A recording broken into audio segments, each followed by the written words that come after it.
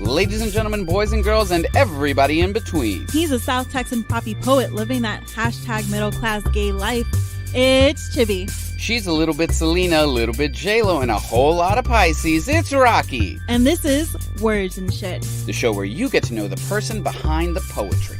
Brought to you by Write Art Out. And we're back, Raquel. It's so good to see your wonderful face. Oh, it's so great to see you. Oh my goodness. I know. Oh my God. For those who don't know, I was scarfing down food, so I think Chibi was like looking at me and trying to like time it perfectly. Or like, it's the last bite. Let me. Yeah. I'm like, let me say hello to my friend Raquel as she finishes chewing. Yeah. That is like definitely like friend goals, right? They're like, all right, let me see to make sure they're okay, right? I got you. You're so right. You know, like last week, we were without you because we were live in Baltimore at the Stonewall International Poetry Slam Festival, which was incredible. Getting to like link up with so many friends that we haven't seen in a long time, or so many friends that like we met in a virtual space. And this is the first time I'm seeing your whole body.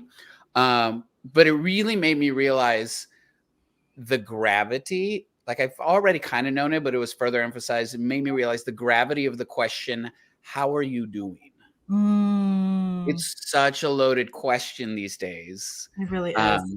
And so like I personally have tried to transition into how's your day going? So we can kind of like microdose the amount of shit that we're all trying to process. But because I haven't seen you in a few weeks, I do want to know, how are you doing? It's important to check in with your friends. It is. It really, really is.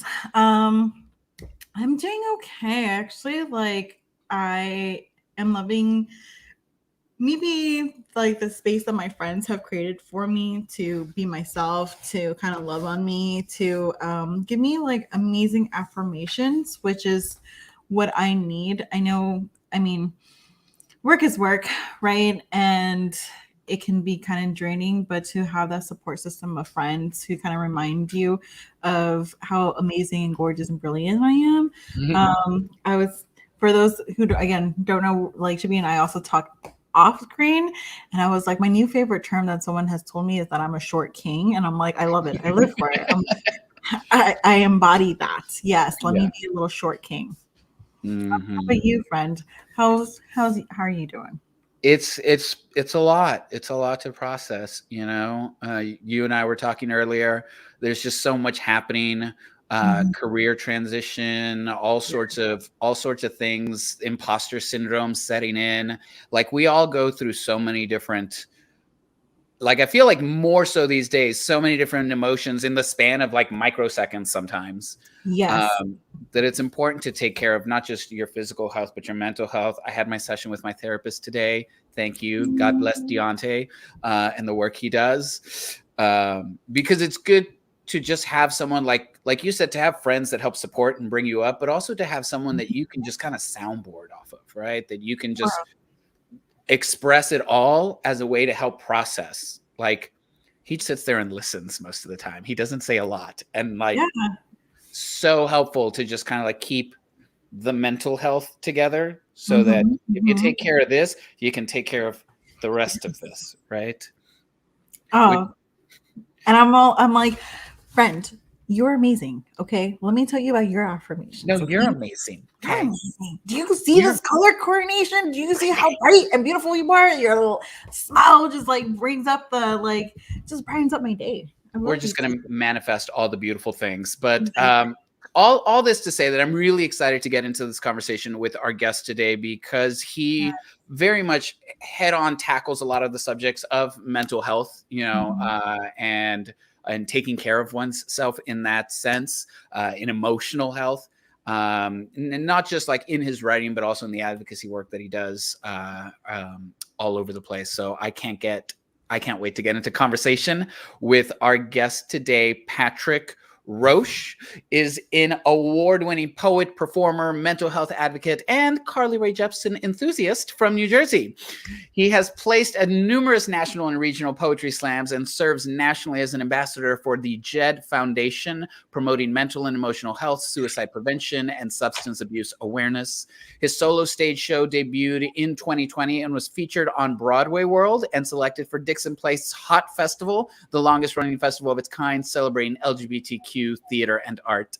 His debut full-length collection of poetry, A Socially Acceptable Breakdown, was just released through Button Poetry, and his work has appeared on Button, Upworthy, BuzzFeed, The Huffington Post, NBC, LX, MSN, Beach Street Review, Gal Pals Present, Freezeray, Press, Voicemail Poems, and On His Mom's Fridge. His work explores mental health, grief, sexuality, body image disordering, eating, family, memory, love, joy, pop culture, and everything in between. Y'all, some of you are already using the comment section, but please throw some love in the comment section for our guest today, Patrick. Welcome to the stream. Hello. Oh my gosh. This is a very bright and wonderful and beautiful little group to be a part of here. Oh, thank you. I know. I was just like so excited at how you entered right now. I was like, oh, look at the smile. Look at your hands. I love it. It's just great. You look amazing. That bio is everything. So And that was the abridged version. I was like, oh, Julie did some on the fly or prepared editing that I was very fond of. Yeah. And I'm just so grateful of the light that you are bringing into this space as well. So not just with your work, but your presence as well. So yes. Thank you for being here. Yeah. Thank you for having me. No problem. Well, we usually start off our segment with a little question because you're going to be sharing some intimate stuff. And just like we did a check-in, we want to do a check-in with you, Patrick. So how's your heart today, friend?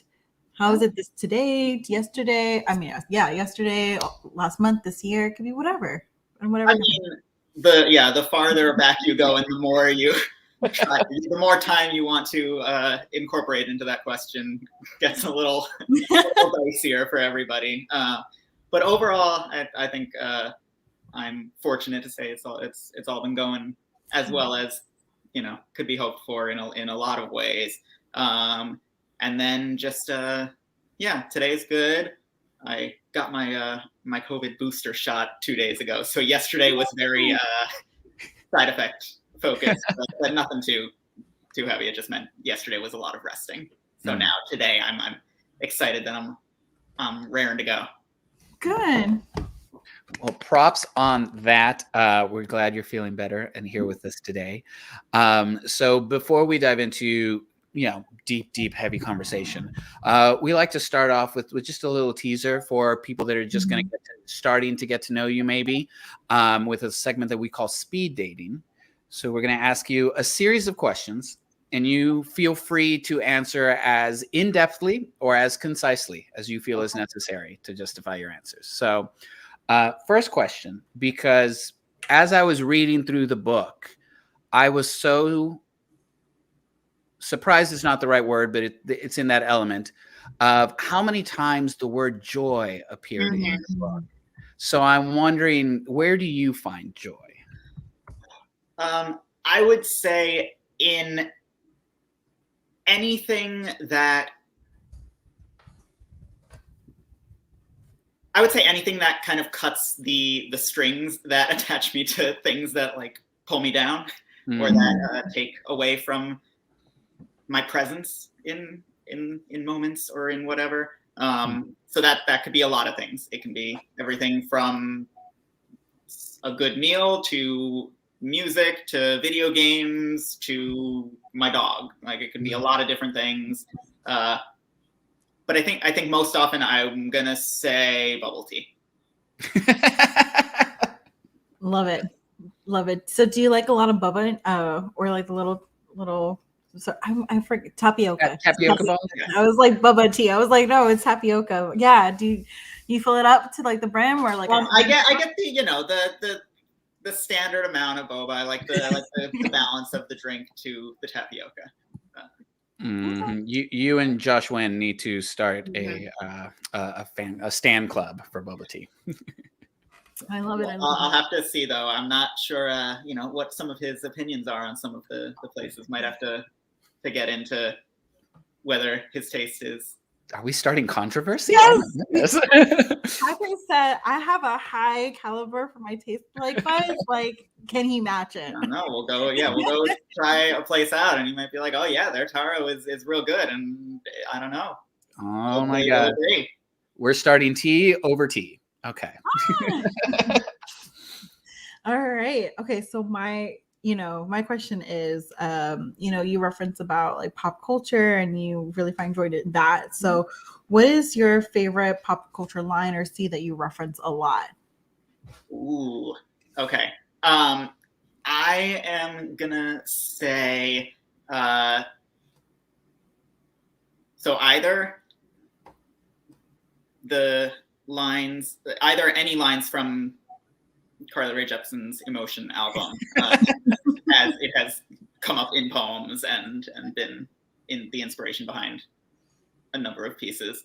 So I'll say that, or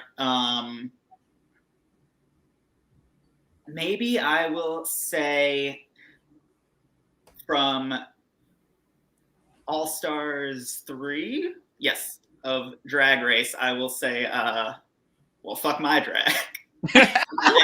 Anytime something is like, someone's like, oh, well, I got this thing, or like, oh, I came. I'm like, oh, well, fuck my drag then. the incomparable Kennedy Davenport. Oh, I love it. That line is said far and wide, yes, and often in these worlds. All right. Well, my next question and my last question. You mentioned food earlier. I asked this of all my guests. What is your favorite food dish to eat? I'll say a good chicken pot pie.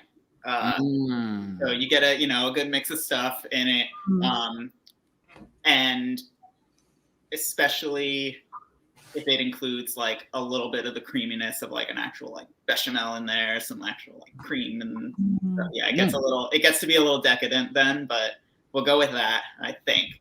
Or the croque monsieur sandwich at the Beauty and the Beast VR guest restaurant in Disney World.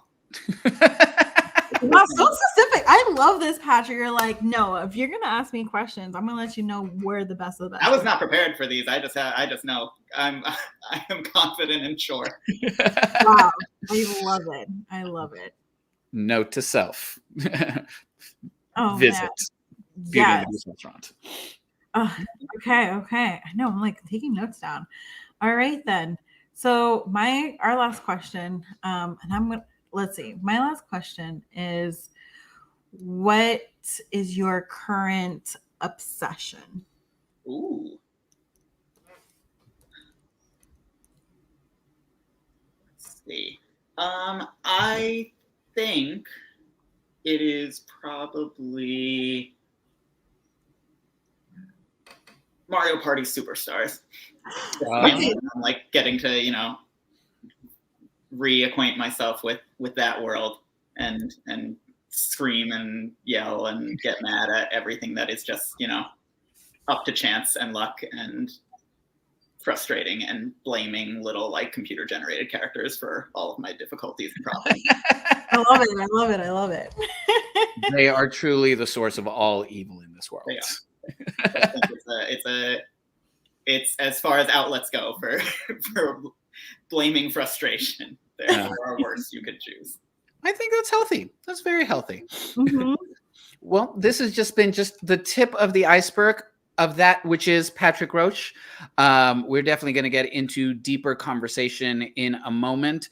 Audience members, some of you have already used the comment section. We do the show live for a reason, so please be part of the conversation. Show some love, interact, even ask your questions, and we'll relay them over to Patrick. We want you to be part of the conversation.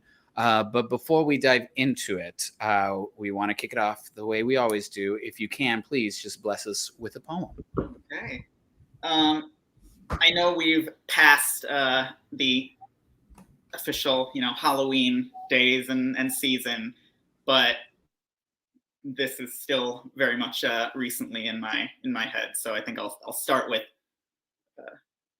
a piece that came out of my love for the major Halloween film and pop culture moment. So I love Hocus Pocus, right? Like I always have the 90s Halloween movie with Bette Midler, Sarah Jessica Parker, and Kathy Najimy as Salem witches. As a child watching the Sanderson sisters consume their victims, everyone would joke that I would never have to worry about that. The joke being that no one would want to eat me because I'm too thin. I resisted the urge to say, oh my God. Okay, so like the witches weren't actually eating anything. They were just sucking the energy out of children to maintain their youth. Like, were you paying attention at all?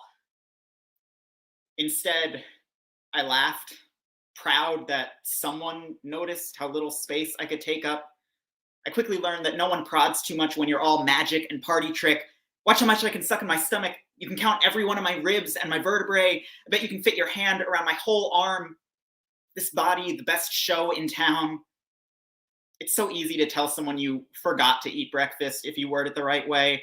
I've learned every trick, how to hide the dark magic and only show the cape and confetti. Watch me regurgitate handkerchief after handkerchief. Watch me swallow fire and swords and nothing else. I weighed myself every day, conjured excuses for meals, buried food in the garbage can, down the drain, in the napkin. The sleight of hand was the hardest part to master. I learned the telltale signs of disordered eating as a teenager, but as far as I could tell, boys don't get that kind of sick.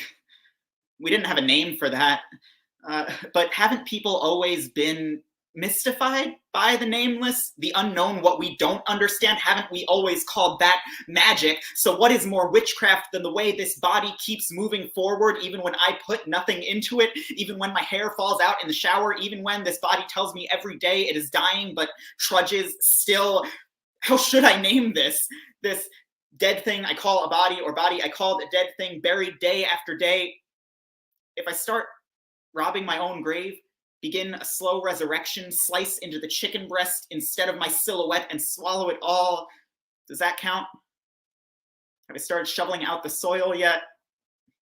Would it make any difference? What do you call a body that can't hold anything, not even itself, but still tries to live? A rebirth? Undead? Is it a phoenix, or just trying to make a zombie walk with the living? I tried eating regularly. I always gave up after a few days. I assumed this body was a lost cause, too much torch and rot, decaying taxidermy mounted on the wall, or rusted fossil ready for museum, or morgue, or freak show. Step right up. Keep your eyes peeled. You just might witness the greatest disappearing act you have ever seen. Look, it's happening. Right now.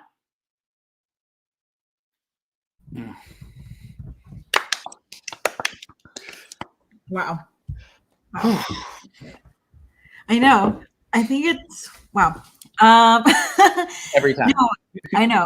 Every time I'm just like, you blew me away. You really, that was a great poem. I was already like, all right, hocus pocus, let's go. And then he just went into like such a very serious topic, right? And even though you kind of try and still maintain like the lightness of it, it's still a topic that we, I don't think I've ever talked about like an eating disorder or specifically for men or for boys, right? That's always usually just designated for more femme bodies, right? Or women or young girls. So yeah, that is, thank you for sharing. Thank you for bringing up that topic. I was, do you usually use like pop culture in a way to, I think you put pop culture in a lot of your writing that almost like an entry point to heavier subjects. So let's talk about that, why and talk about some of the serious subjects that you talk about. Yeah. So there's a couple of reasons I operate with pop culture a lot. One is thinking about the audience. It's an easier, more accessible, maybe less intimidating entry point into a topic that otherwise might seem really difficult, really maybe stigmatized, whether that's mental health, whether that is suicidality, substance use or abuse, body image, queer identity, grief, anything like that. Those topics can be very difficult to kind of swallow for folks who aren't really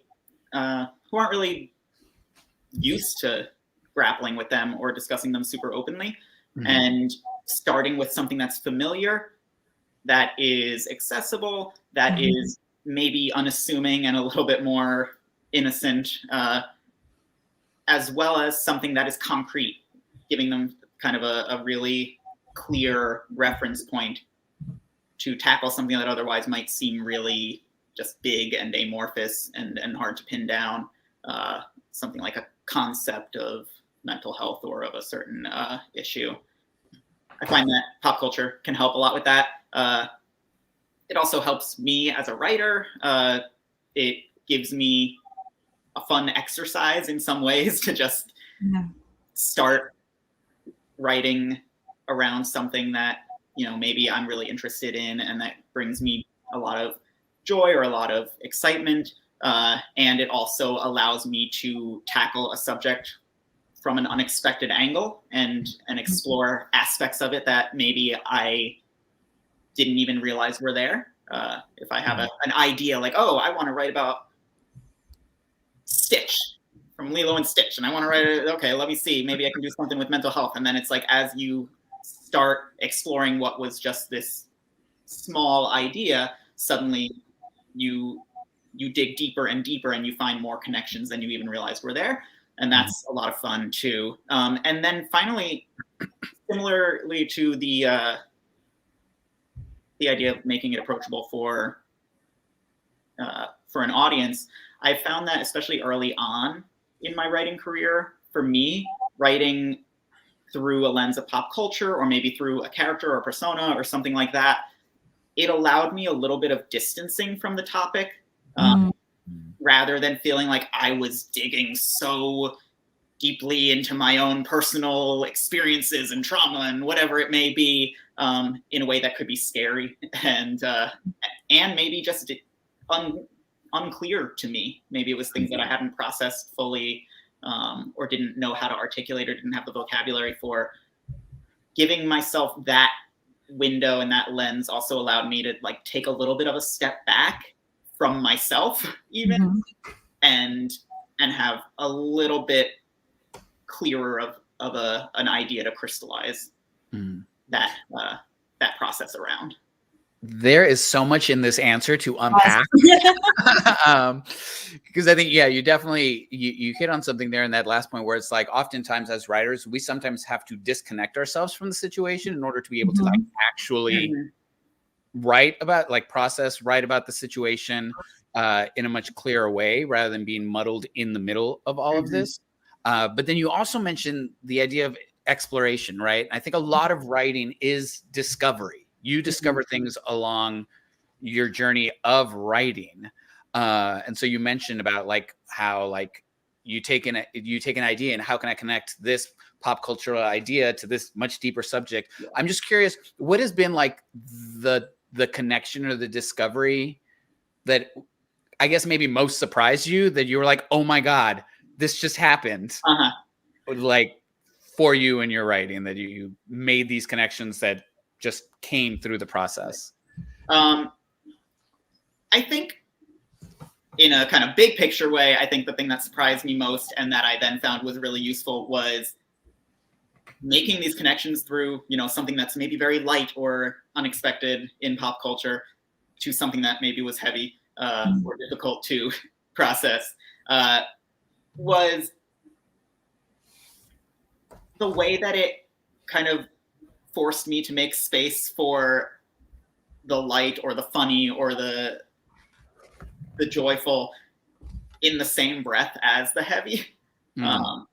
And realizing that those things can coexist or can speak to each other or can inform each other, and that they not only do in maybe this poem that I'm writing, but that they very much do in real life. Even when you're going through something super difficult or heavy, there's often moments of humor or laughter even that come up. Whether that's, you're at a funeral and then something happens that reminds you of a joke that somebody said when they were alive. And it's just really realizing the kind of dynamic and the variety in experiences, even the ones that seem kind of heavy. And then, specifically, I think deciding that I wanted to write a Kermit the Frog poem and then realizing, I'm getting into a lot of stuff about like processing the death of my grandparents unexpectedly. That was maybe the one that was most surprising to me. Wow. Yeah, because you would never think, again, because you just kind of set up, even for the poem that you just, recited right now, it's light, you kind of draw us in, and we're just like, we're already familiar, like hocus pocus, yes, as a child, right? So the brilliance of like your last poem is like, again, eating disorders I always related to like high school or middle school, right? So you're bringing us back into this young age, and it's like, okay, we're keeping it light and fun, but at the same time, we're going to talk about serious topics. So I can just imagine like talking about Kermit the Frog and just be like in tears, like Kermit the Frog, yes. I love it. I love it. Again, I think a lot of poets think that when we talk about very serious issues, even trauma, or just, just really hard life experience, that it always has to be sad or serious. And it can be those things. But it's okay to talk about like the experience and, make light of it, or just like observe from outside that, you've learned from it, and you can kind of look back and see and be kind to yourself. And I think that's what your poems are about. They're to be kind to yourself. So let's actually, let's talk about, since we're talking about your poems still, like, let's talk about the book. Some of the poems in there were written years ago. Yeah. So what was the process like of putting this together? It was trying to really honor my, journey as a writer and everything that I've explored and grappled with. And sometimes that meant, looking back at experiences and writing about them with maybe the benefit or from the perspective of time and whatnot. But that also meant sometimes, including things that were written at the time that I was going through a certain experience, which means sometimes it was years ago. And also just because it was like my first full-length collection, I was like, okay, I'm going to include these things that kind of make up my whole poetic journey as a writer up until this point. But then kind of grappling or tackling the challenge of, how do you arrange this? What do you include? What do you not include? Then it kind of came down to, what is the arc that I'm trying to craft? What is the journey that I want to create and maybe, take a reader on and take myself on? So then it became a lot more intentional of like, I want to start acknowledging certain issues or experiences, but actively take on a role of like steering my story. So that was an intentional way of kind of starting out the collection, and then getting through some ideas initially of like escapism and trying to change things or rewrite things or whatnot, and then moving forward to just confronting and addressing things directly and processing them, and then finally moving toward a direction of acceptance, growth, and optimism and forward trajectory. So it was a lot of just looking at what I had written in the past and then writing a lot of new stuff and trying to create that kind of an arc. You definitely take us on a journey in this book, which I very much appreciate. I will say I wanted the Babadook poem in here, but it's okay. We'll get that somewhere down the line, because, like you said, this is just your first book. But I really appreciated the journey that happens in the book. And then the other thing I really appreciated, can we just talk about form? Like these contrapuntals that you have in here, the hustle, like the second poem is a contrapuntal, and I think like I threw the book across the room after reading it. So like, you know, as someone that like you, at least as far as I'm aware, you know, your background is kind of through spoken word and slam, right? You started in CUPSI and all of that. So how does, as someone who is also kind of navigating that transition from stage to page, how did you arrive on these? You know, like what was your process to like getting into these very, very tight forms? You have a sonnet in there also. You know, like what is that like, of just like embracing poetic forms and what it can do to like liberate the writer? Some of it kind of came out of like my feeling of whether it was actually realistic or not. But my own feeling of like stagnation, of feeling like, oh, maybe am I getting too predictable? Am I getting too repetitive in my spoken word? Am I, you know, not exploring and not growing enough, which may or may not have been true. I don't. So for me, it was thinking, I want to challenge myself as a writer. I want to explore and grow and push my own boundaries. And given that I very much started in spoken word, I just kind of fell into poetry and almost immediately was then swept away in the public reading of it. Because of that, challenging myself really meant sitting down and intentionally writing, oftentimes through either prompts of just like words or topics, or prompts of forms or types of poems. So I went through a whole period where I wrote a lot of odes, because I felt like, oh, I'm doing all these spoken word and slam pieces that feel heavy to me, and I want to actively change my my mindset and my approach to writing, and intentionally write positive things, or things that are uplifting, or at least have a positive and optimistic approach to them.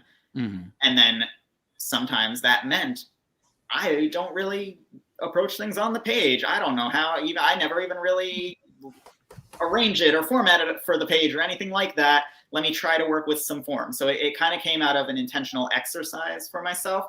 And I liked the idea of contrapuntals and decided to try them specifically. And I found that for whatever reason, they came relatively naturally to me. And I figured, okay, let me go down this route. And I went through that exercise with a couple different reference points.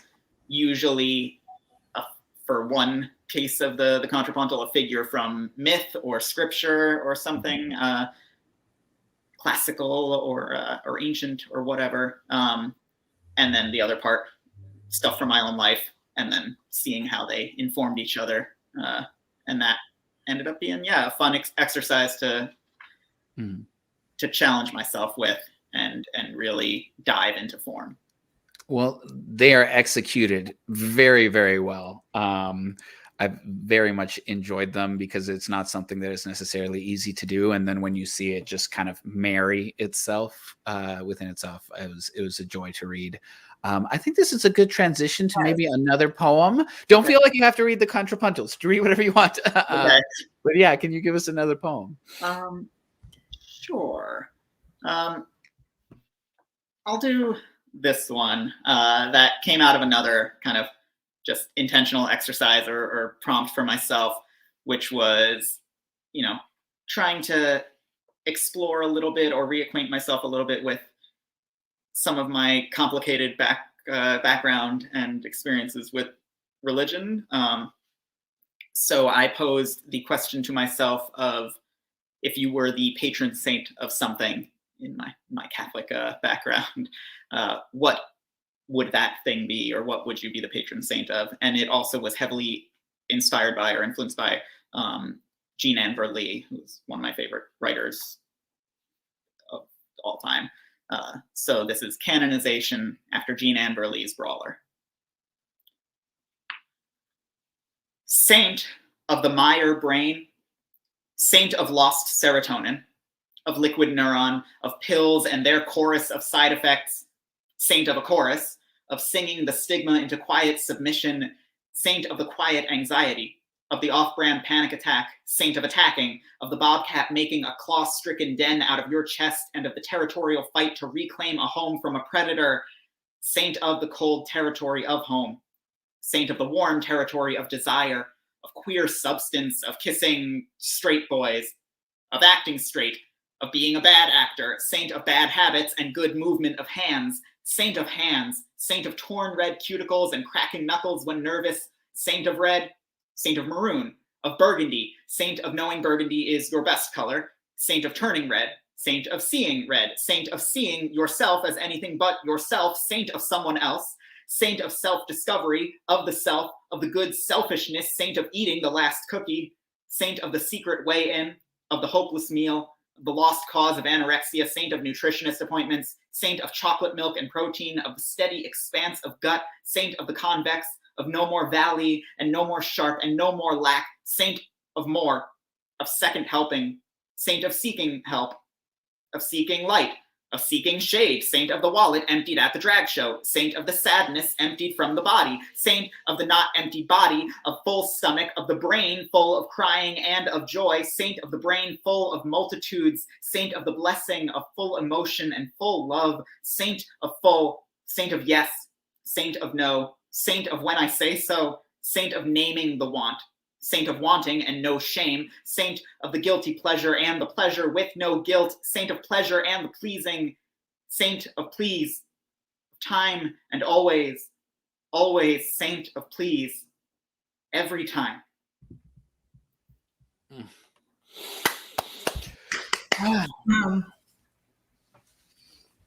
Wow. No, because I just never would think about writing myself as a patron saint of anything. And it's hilarious because I feel not hilarious, but I feel like within this last week or two, my idea or conversations around religion and my spirituality have been in question, right? I also too I tell people I was raised Catholic and they're like, but are you still Catholic? I was like, I said what I said. Raised Catholic. I'm a recovering Catholic. Yeah.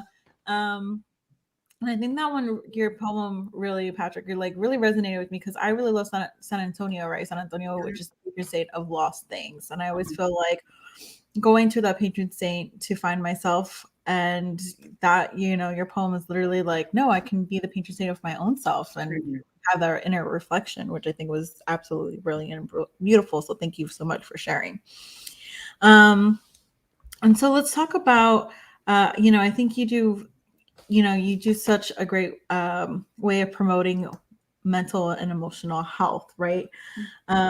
Why specifically do you surround your poems or format your poems with that topic in mind? And I guess in what community are you talking to, a specific audience or a certain community when you talk about mental health and emotional health? So initially it was that I approached and tackled mental health in my poems just for myself. I was trying to process my own experiences with depression and anxiety, and found that working through them in writing, and then after getting over the kind of initial fear of sharing and reading them in public, once I did that, I also found a surprising amount of healing from that, just personally. But the thing that really surprised me was the amount of connection that I found when doing that, with an audience, with a reader, with random people that I'd never met, and then also with people that I'd known for years. And I found that openly, honestly, and vulnerably discussing certain topics, in this case, mental health, really opened up a lot of opportunity for connection and communication with people on a really meaningful, like, personal level, and opened up the possibility for much more fruitful and meaningful conversations and friendships and relationships. And one of the main things about mental health that I really try to fight is the idea of the shame and the stigma that surrounds it. So I found that directly tackling those issues not only helped me personally, but also, and especially as I've kind of moved forward with my writing and been more intentional in this way, it's become a kind of tool or weapon to use against that stigma, to try to dismantle the shame and the stigma around mental health, and also around a host of other topics, to really bring those topics into the forefront, into the light, out of this sense of taboo. Because as you look into, like, statistics and things and whatever, you find that as much as there are tons of people that experience, for example, issues of depression or anxiety, only X%, depending on what population you look at, actually reach out for help. And a big contributing factor for that is a feeling of shame, or a feeling of kind of fear or judgment. So I've decided to try to use my writing, my personal narrative, and the kind of goal of sharing all of that for me has largely been to open up dialogue and conversation and kind of rip the Band-Aid off, to get that out of the way, open up the conversation, and hopefully move forward. And for that reason, it's targeted toward people who maybe are uncomfortable with or around, or haven't ever openly discussed these topics, and maybe find them to be uncomfortable or taboo.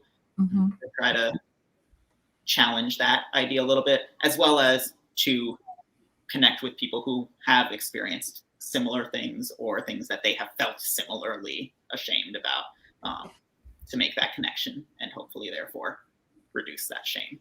Yeah, because you're very honest and vulnerable in your work, and pretty explicit about the kind of challenges that you have had to go through, not just in your own mental and emotional health, but in even like talking about your mental and emotional health and going through it.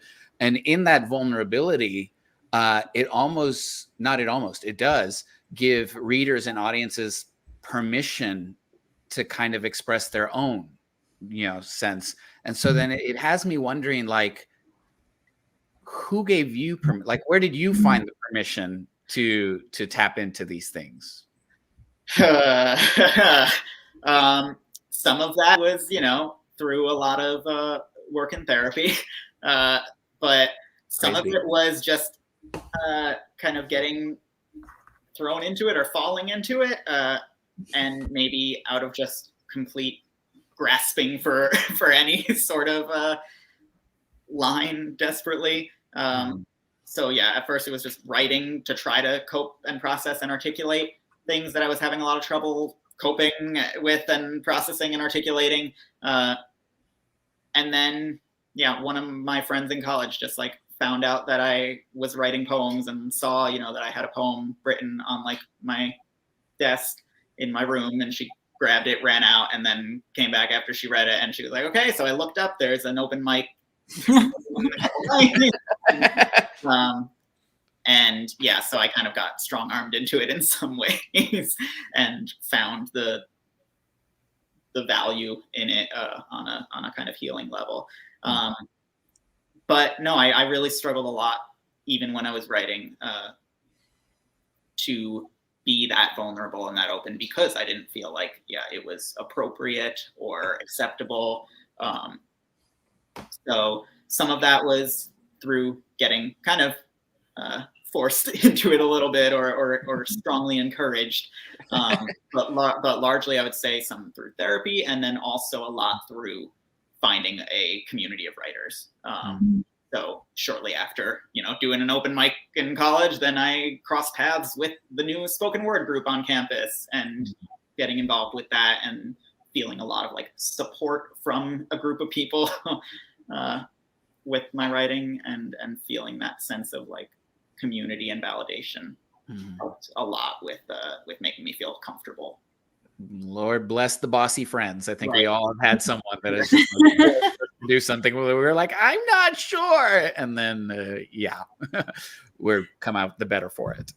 No, for real. I think because your best friends are like the ones that really see you for who you are, especially when you're down and they're like, what are you talking about? Why would you be so mean to yourself? Like, I got you. Like, why are you a treasure to this world? An absolute delight. No, I kind of want to go back to, you do talk about these heavier topics and it's so relatable to so many people. And you couple it with pop culture. I want to know, like, is there a specific poem that people just like gravitate towards and just like, this is my favorite poem, or you've gotten the most praises for because of it?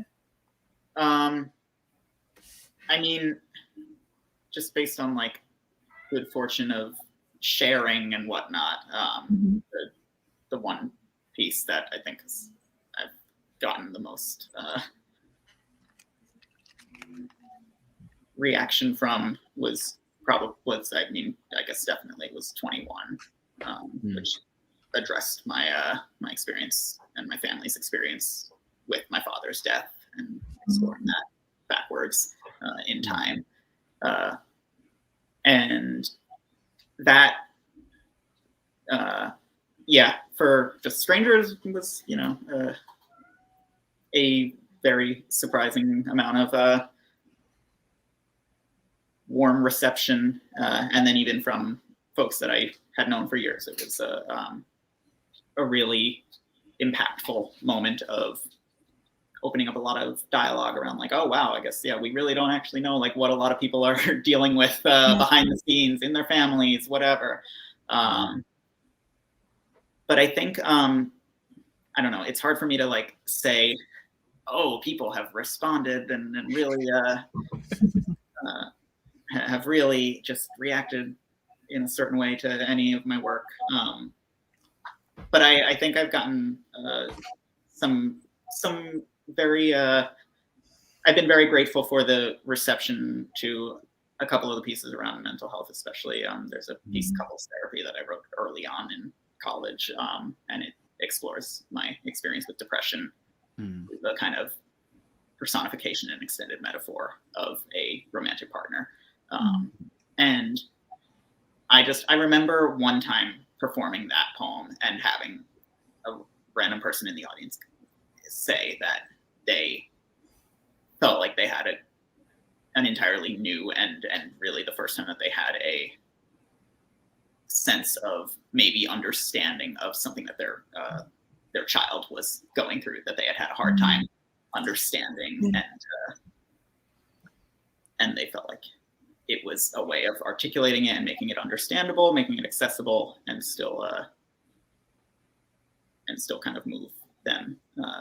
So that's one of the things that kind of stuck out to me a lot, and was one of the first times that I had the thought of poetry and spoken word, especially about certain topics like mental health, can be a really, really positive tool for change. Yeah, and both of those pieces, 21 and Couples Therapy, are brilliantly crafted pieces, and ridiculously vulnerable and open. And I feel like in this whole conversation, this has been the point where like you've kind of been the shyest to talk about like what your successes have been. Like own them, friend, because they are really brilliant pieces out there that have done a lot for people who've heard them, who can connect to them, who no longer feel maybe like they were the only ones experiencing these sort of things. So a big thank you and props to you on just like you said, just kind of like opening the door for conversation about these subjects that are really hard to talk about. So you have a lot to be proud of there. Don't shy away from that. But outside of just your work in your writing, not just in the book, but you do a lot of advocacy for mental health, suicide prevention outside of the poetry world. Can you talk about some of the things that you do and the value that they have in this world? Yeah, so I've tried to use my poetry as a vehicle to approach these broader social issues or trends around mental health in particular. So I've partnered with a couple different organizations over the years. The first one that I really got involved with and kind of one of the most significant ones was the JED Foundation, which was started by a couple, Bill and Donna Satow, two parents who lost their son JED to suicide. And they, in looking through all the research that they could to try to answer a lot of the unanswered questions that they had around everything that they experienced, found just how prominent, how deep-rooted issues of or experiences with mental illness, depression, anxiety, suicidal ideation, and substance abuse, how prevalent that was in especially young adults, college students in particular, and then they've expanded as well to high school students. So yeah, so I've done a lot of work with the JED Foundation. They've done a series of events of like an evening of storytelling where they have folks come and speak, do some personal autobiographical monologues or share poems with the goal of sharing experiences around mental health and fighting some of the stigma there. And then also pairing that with real scientifically backed plans and approaches. You know, they'll partner with campuses for years on revamping their mental health programming, their counseling services, things like that, to make them as useful, as impactful, as accessible as possible to the students and really helping them. And then I've done some other work as well with some organizations like just recently I did one of my first live gigs back in person post-COVID was at Brooklyn Bowl with Sound Mind, which is an organization that works especially with artists and musicians. And then they also have brought me in a couple of times as a poet to tackle the issues of mental health and shine a spotlight on them, especially as they pertain to folks in the arts and in creative pursuits. That's awesome. That's also been really, really meaningful for me to be, and rewarding for me to be involved with. But yeah, I found that the way that I can use my poetry as a means to connect with audiences, and then from that point of connection, build out to addressing some broader trends of mental health, substance abuse, etc. I found that to be useful and rewarding. And it lets me also incorporate, I had a background in education as well. I had planned to be a teacher, and then between mental breakdown and getting swept off in poetry, I ended up shifting that plan. But I feel like I can also kind of incorporate some of my passion for education by working with students and, you know, maybe leading workshops or talks or things like that as well. That's definitely the work you do is so, it's so valuable, you know, like can't put, a number on it. Like you're obviously out there impacting lives in such a great way, and helping people that maybe are going through some of the things that you've personally gone through, or through other things that they just don't know how to articulate. Right. So props to that and the work you do. I have one more question. Yeah. Go. Go. Yeah, because I know, because I know that we're closing and we're almost done with our session. I know it's been great to have you. Yeah, but we're on the talk of like, you had a passion to like educate, and I guess poetry in itself is educating others, regardless of how you see it, right? And I know that there's this story that also of someone who like inspires and educates, aka the Dali Lama, right? And inquiring minds want to know. We want to know, what is the story you have with the Dali Lama? So during college, about halfway through college, I started working and continued after college as well. I was working part-time for a few years after college too, doing conference and event services on campus, which could mean everything from, helping a department on campus put on a, reception for something, to having children's sports camps over the summer or whatever, to having like big academic summits and research symposiums. And it also meant that when there would be some big speakers coming to campus, sometimes we would be called on to help facilitate the planning of that and the logistics of that. So on one instance, the current Dalai Lama came to speak to students. I think he was probably speaking to a number of different colleges, and he came through ours. And a lot of it was just arranging some of the logistics, getting students where they needed to be, that type of thing. And really the Office of Religious Life on campus was more hands-on with a lot of it. And, he spoke to students in a big lecture type thing, and told us all about, how he hides his M&Ms in his sleeves and have a snack. And some student asked him what the key to happiness was, and he, I think, just said sex and money, and then laughed to himself. He likes to just make sarcastic comments and laugh to himself. But then there was a smaller meeting that he had with a couple students who were heavily involved in religious life on campus, and they were going to have like an in-depth kind of philosophical discussion and talk that I think was very fruitful for them. But that meant that only certain people could come into this event.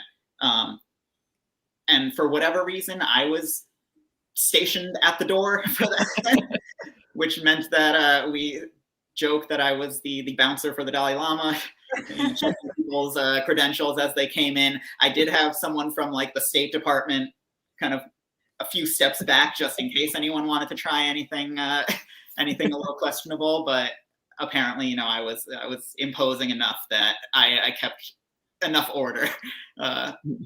But yeah, I mean, I mostly just held the door and made sure people had the badges that they needed to have. But I mean, important stuff. That's hilarious. Absolutely. And just that encounter with the Dalai Lama, who is such a presence in this world. But I love that. Well, I just have one more question, because one of the last poems in your book is everything my brain knows it learned from drag. yes. Is this true though? Talk a little bit about that. The last few years, really. I mean, beyond, like really loving drag from afar, I feel like, through TV shows, through your drag races and your what have yous. But then the last few years, I feel like with my boyfriend, he, was like, wait, why haven't you ever been to a live show, or why haven't we gone to a live show or anything like that? And then we really kind of quickly fell in love with the local drag community in New York. I would really encourage people to go explore, enjoy, and really become a part of the local drag scenes wherever they are. We just really felt like, one, these people are some of the most incredible performers and artists that we've ever seen, between dancing and singing and whatnot, but also just for creating like a community and a space to feel, happy as queer and trans folks, and to explore gender and what have you. And then, we've gotten lucky enough to like befriend a number of these performers. I have folks on my wall behind me that are some of our close friends: Katrina Lovelace, Hibiscus, I Need a D. And then, I've never done a number, I will say, but through some exploration, for example, even for like my stage show that I did like right before COVID dropped, some of that involved some multimedia skits where I was interacting with myself on video, like myself live on stage was interacting with pre-recorded video, and in one of those, I'm playing a therapist, and I'm in, full, I got the wig, I got the makeup, I got the, it's a whole production. So I decided to explore some of that, not just in person, but also in my writing then as well, and found some connections with my mental health and just my overall approach to life. Love it. Well, as Mama Ru would say, you're born naked and the rest is drag, right? Well, thank you so much for this conversation, this very, very open, honest, and moving conversation, getting to know you a little bit more, and sharing your work with us. If we can just ask you to share one more poem. By no means feel compelled to share the poem we just talked about. Make them buy the book and read it. That one involves some movement that I don't know if my downstairs neighbors would appreciate. But I think I will do a poem that has meant like maybe the most to me in a lot of ways, because it was, as I mentioned, it I think just encapsulates a lot that we've talked about, and a lot of the intentional things that I've tried to do with my writing, in terms of being an ode, pulling from pop culture, trying to tackle mental health and queer identity, but also actively steer that in a positive way. And it marked a big change in my approach to writing, and I think to life. And it was a change that was very useful for me and meant a lot. So it starts with a quote from my favorite writer, actually. "'Cause you make me feel like I could be driving you all night, and I'll find your lips in the streetlights. I want to be there with you." Carly Rae Jepsen, from her song Run Away With Me. Ode to streetlights, after Carly Rae Jepsen. Because who among us hasn't found a lover's lips to be a gentle glow parting all shadow, in the kiss of the December city, respite from cement and iron and night, or in the soft rebellion of sex in a train station parking lot, awkward fumbling over seatbelts and suburban sweat, the streetlights, constant heat of defiance, shower of spotlights, slow dance silhouette, the streetlights, showcase spectacle of my boyfriend and me making a firework dance in our mouths on the street corner.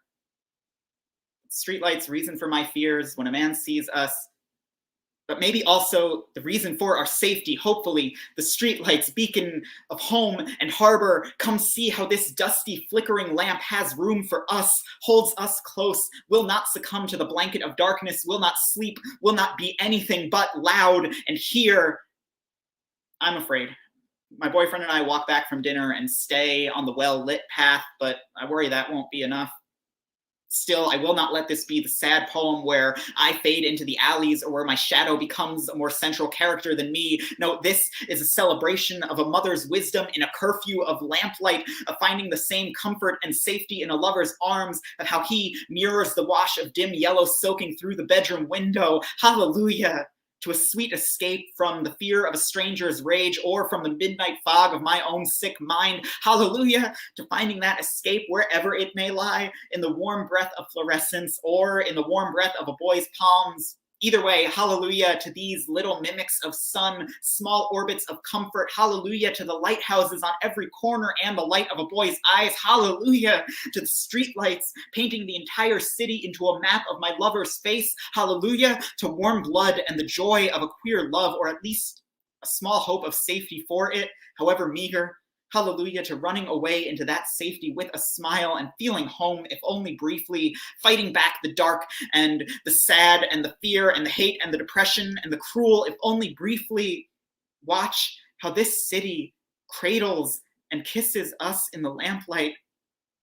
And watch me fight for that, for finding joy in whatever brightness may fall on us. Watch me fight and watch me fight and watch me fight and watch me fight and watch me kiss this city back so hard it never stops shining. Wow. We have happy fans in the audience. I love it. Thank you. Yeah, no, thank you so much. Again, an absolute pleasure. Love it. Thank you. It's been great to have you have your little have your pop culture references. Brings me a lot of joy. Yeah, and you're strong, like, I guess, well, to be like, no, I know what I like to eat. My favorite things. I love it. I love it. Start off strong, especially because you're in Astoria, like in Queens. Queen is like the mecca of all types of food. Oh my gosh. So, Yeah, we're spoiled. We're very spoiled. so spoiled. But thank you so much. It's been an absolute joy. Can you please tell our audience and everyone else how they can find your work and find you? So you can follow me on Facebook and Instagram at Patrick Roche Poetry, or wherever. Find more information on my website, patrickrochepoetry.com. And you can find my book, The Socially Acceptable Breakdown, on Button Poetry's website, buttonpoetry.com. And they've just put up, they've got the physical copy, the ebook, and they just put up the audiobook read by me. So love it. Whatever way you prefer to enjoy your literature and your books and your poetry, you have your options.